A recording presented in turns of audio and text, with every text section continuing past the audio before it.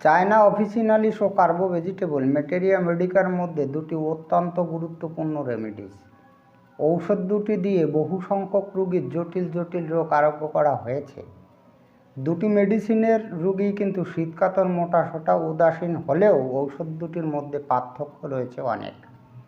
Homeopathy চিকিৎসা পদ্ধতি যেহেতু লক্ষণ সাদৃশ্য নীতির উপর প্রতিষ্ঠিত, তাই এই দুটি ঔষধের পার্থক্যগুলো নির্ণয় করার প্রয়োজন। আজকের ভিডিওতে চায়না ও কার্বোভেজের 10টি পার্থক্য আপনাদের সামনে এমনভাবে বিশ্লেষণ করে শোনাবো যাতে কার্বোভেজ ও চায়নার রোগীদের পৃথক করে সঠিক ঔষধটি নির্বাচিত করতে পারেন। ভিডিওটি ভালো লাগলে লাইক কমেন্ট শেয়ার করবেন এবং আপনি যদি এই চ্যানেলে নতুন এসে থাকেন তাহলে চ্যানেলটিকে সাবস্ক্রাইব করে রাখবেন পরবর্তীতে নতুন ভিডিওর নোটিফিকেশন সবার আগে পাওয়ার জন্য। এবার এই দুটি রেমেডিস থেকে 10টি পার্থক্য আমি আপনাদের সুন্দরভাবে এক্সপ্লেন করে শোনাবো। তো আমি আপনাদের রিকোয়েস্ট করব আপনারা ভিডিওটি না টেনে যদি এই 10টি পার্থক্য একটু মনোযোগ দিয়ে শোনেন বা লিখেও রাখতে পারেন, তাহলে কিন্তু আপনাদের চায়নার এবং কার্বোভেজের রোগীকে আলাদা করতে কোনো অসুবিধা হবে না, ঔষধ নির্বাচনের জন্য খুব সুবিধা হবে। তো নাম্বার 1-এ রয়েছে ধাতগত লক্ষণ। চায়নার রোগীরা হয় শীতকাতর এবং নোংরা ধাঁচের। অন্যদিকে নাম্বার 1-এ রয়েছে কার্বোভেজের রোগীরাও কিন্তু শীতকাতর হয় এবং অলস। তাহলে উভয়ের ক্ষেত্রে কিন্তু শীতকাতরতা রয়েছে, সেম রয়েছে। আর এদিকে চায়নার রোগীরা হয় নোংরা আর কার্বোভেজের রোগীরা হয় অলস। নাম্বার 2-তে রয়েছে মানসিকতা। চায়না রোগীদের মানসিকতায় থাকে উদাসীনতা এবং নৈরাশ্যপূর্ণতা। অন্যদিকে নাম্বার 2-তে রয়েছে কার্বোভেজের মানসিকতায় থাকে উদাসীনতা এবং অস্থিরতা। তাহলে উভয়ের ক্ষেত্রে কিন্তু এই উদাসীনতা মানসিকতা কিন্তু কমন রয়েছে। নাম্বার 3-তে রয়েছে ঘাম। এই চায়নার রোগীদের প্রচুর ঘাম হয় এবং সেই ঘামে কিন্তু রুগ্ন ব্যক্তির গন্ধ হয়। রুগ্ন ব্যক্তি, কোনো ব্যক্তি যখন দীর্ঘদিন যাবৎ রোগে ভোগে তখন তার গায়ের থেকে একটা পচা ধরনের একটা গন্ধ বের হয়, এই ছাতা পড়া ধরনের গন্ধ বের হয়, এই গন্ধকে বলা হয় রুগ্ন ব্যক্তির গন্ধ। তাহলে আমরা জেনে নিলাম যে চায়না রোগীদের যে ঘাম হয় সেই ঘামেও কিন্তু গন্ধ থাকে এবং সেই গন্ধটা হচ্ছে রুগ্ন ব্যক্তির গন্ধ। অন্যদিকে নাম্বার 3-তে রয়েছে কার্বোভেজের রোগীদেরও কিন্তু প্রচুর ঘাম হয় কিন্তু ঘামে টক গন্ধ থাকে। নাম্বার 4-এ রয়েছে পছন্দ। এই যে চায়না রোগীরা কিন্তু ঠান্ডা পানীয় এবং অতিরিক্ত মশলাদার খাদ্য খেতে পছন্দ করেন। অন্যদিকে নাম্বার 4-এ রয়েছে কার্বোভেজের রোগীরা কিন্তু কফি এবং নোনতা খাবার কিন্তু পছন্দ করে।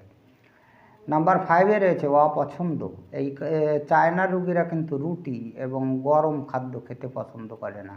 মানুষে গরম খাদ্য খেতে পছন্দ করে কিন্তু এই চায়না রোগীরা কিন্তু গরম খাদ্য কিন্তু পছন্দ করে না। নাম্বার 5-এ রয়েছে কার্বোভেজের রোগীরা কিন্তু মাংস এবং দুধ খেতে পছন্দ করে না। নাম্বার 6-এ রয়েছে বৃদ্ধি। এই চায়নার সমস্ত রোগ ব্যাধিগুলো স্পর্শে এবং একদিন অন্তর একদিন বৃদ্ধি পায়। অন্যদিকে নাম্বার 6-এ রয়েছে কার্বোভেজের রোগগুলো মাখন ও চর্বিযুক্ত খাদ্য খেলে কিন্তু বৃদ্ধি পায়। নাম্বার 7-এ রয়েছে উপশম। এই চায়নার সমস্ত রোগ ব্যাধিগুলো উপুড় হয়ে শুলে বা জোরে চাপ দিলে, জোরে প্রেসার দিলে কিন্তু সমস্ত রোগ ব্যাধি উপশমিত হয়। অন্যদিকে কার্বোভেজের সমস্ত রোগ ব্যাধিগুলো পাখার বাতাসে এবং ঢেকুর উঠলে কিন্তু উপশমিত হয়। নাম্বার 8-এ একটি বিশেষ লক্ষণ রয়েছে চায়না রোগীদের, অক্ষুধা থাকে কিন্তু রাত্রে প্রচণ্ড ক্ষুধা পায়। এই চায়নার রোগীরা খেতে চায় না, মুখে যেতে চায় না খাদ্য, আর কি ক্ষুধাহীনতা থাকে আর কি, খেতে চায় না। কিন্তু একটা বিষয় রয়েছে, এরা কিন্তু রাত্রে খেতে চায়, গভীর রাত্রে এরা খেতে চায়, আমাদের এই সরিনামের রেমেডিসের মতো। অন্যদিকে কার্বোভেজে নাম্বার 8-এ রয়েছে একটা বিশেষ লক্ষণ, দেহ ও মনে অলস ও অবশ ভাব থাকে।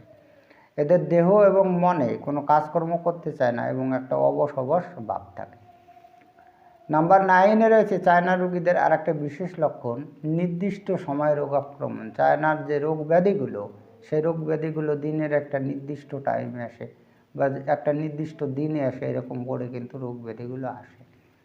নাম্বার 9-এ রয়েছে কার্বোভেজের একটা বিশেষ লক্ষণ, মস্তক, বক্ষ ও উদরে শূন্যতা বোধ করে। এই কার্বোভেজের রোগীরা মাথা, বুক আর উদর এই 3টি জায়গায় শূন্যতা অর্থাৎ খালি খালি বোধ করে। নাম্বার 10-এ রয়েছে আর একটি বিশেষ লক্ষণ, চায়না রোগীদের কিন্তু খাদ্যবস্তু অজীর্ণভাবে নির্গত হয় মলের সঙ্গে। চায়না রোগীদের এই লক্ষণটি পাওয়া যায়, তারা যা খায় সেটা ভালো করে পাচিত হয় না, সেই জন্য অজীর্ণভাবে কিন্তু মলের সঙ্গে খাদ্যবস্তু বের হয়। অন্যদিকে নাম্বার 10-এ রয়েছে কার্বোভেজের একটি বিশেষ লক্ষণ, হাত পায়ের অগ্রভাগ কিন্তু ঠান্ডা বোধ হয়। আমি আগেও বলেছি যে আমাদের এই যে সাইলেসিয়ার যে রেমিডিসটি রয়েছে, সাইলেসিয়া আছে, লেডম্পাল আছে, এই সমস্ত রোগীদের জৈবিক তাপ কম থাকে, জৈবিক তাপ একটা তাপ, সেই তাপটা কম থাকে, তার জন্য এদের হাত পায়ের অগ্রভাগ কিন্তু ঠান্ডা হয়ে যায়। তো আমাদের এই কার্বো ভেজিটেবলের রোগীদেরও কিন্তু সেই জৈবিক তাপটা কম থাকে, তার জন্য হাত পায়ের অগ্রভাগ ঠান্ডা হয়ে যায়। এবার চায়না সম্পর্কে যদি আপনি আরও বিস্তারিত তথ্য জানতে চান তাহলে এই চ্যানেলের 131 নং ভিডিও, এবং কার্বো ভেজিটেবল সম্পর্কে আরও বিস্তারিত তথ্য জানতে চান তাহলে এই চ্যানেলের 132 নং ভিডিওটি দেখতে পারেন। এবার কথা হলো যে 131 নং ভিডিও বা 132 নং ভিডিওতে আপনি যাবেন কিভাবে। আপনি যদি সেখানে গিয়ে এই ভিডিওগুলো দেখতে চান তাহলে এই চ্যানেলের যেখানে হোমিও ইন নাম্বারস লেখা আছে আপনি সেখানে যদি টাচ করেন তাহলে এই পেজটি ওপেন হয়ে যাবে। এবার এই পেজের নিচের দিকে দেখুন যেখানে ভিডিও লেখা আছে, আপনি এখানে যদি টাচ করেন তাহলে এই চ্যানেলের যতগুলো ভিডিও রয়েছে আপনাকে উপর নিচে সিরিয়াল বাই সিরিয়াল দেখিয়ে দেবে। আপনি টেনে গিয়ে 132 নংয়ে যদি ক্লিক করেন তাহলে কার্বোভেজের ভিডিও ওপেন হয়ে যাবে, আর 131 নংয়ে ক্লিক করলে চায়নার ভিডিওটি ওপেন হয়ে যাবে। যাই হোক, আজকে এই পর্যন্তই। খুব তাড়াতাড়ি ফিরে আসবো নতুন গুরুত্বপূর্ণ বিষয়বস্তুর ভিডিও নিয়ে। দেখা হচ্ছে নেক্সট ভিডিওতে। ততক্ষণ আপনারা ভালো ও সুস্থ থাকুন। জয় হ্যানিম্যান, জয় হোমিও।